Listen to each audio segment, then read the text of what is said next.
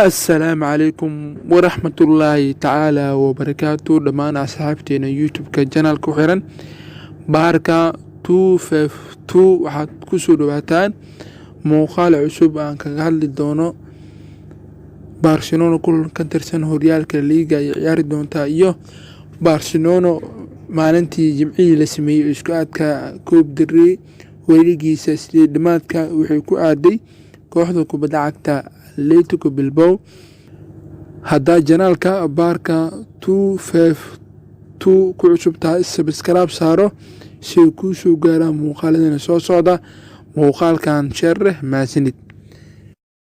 kooxda kubadda cagta Barcelona lugtii u dambeysay horyaalka La Liga guuldaro kala soo kulantay kooxda kubadda cagta Valencia ciyaar ku soo dhamaatay 2-0.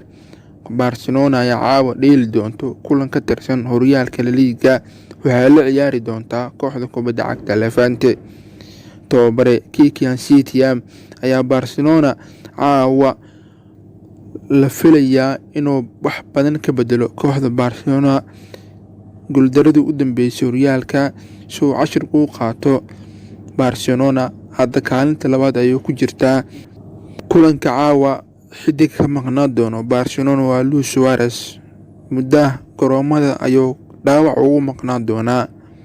ogeysiiska ciyaarta caawa Barcelona vs Levante garoonka Camp Nou Stadium saacada ciyaarta la daawan doono waa 5 saac oo habeenimo xilliga Geeska Afrika.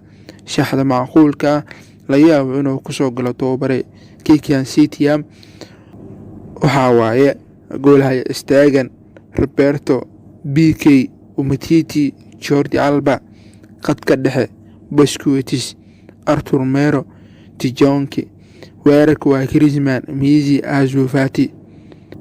soo saadaali kulanka Barcelona iyo Levante.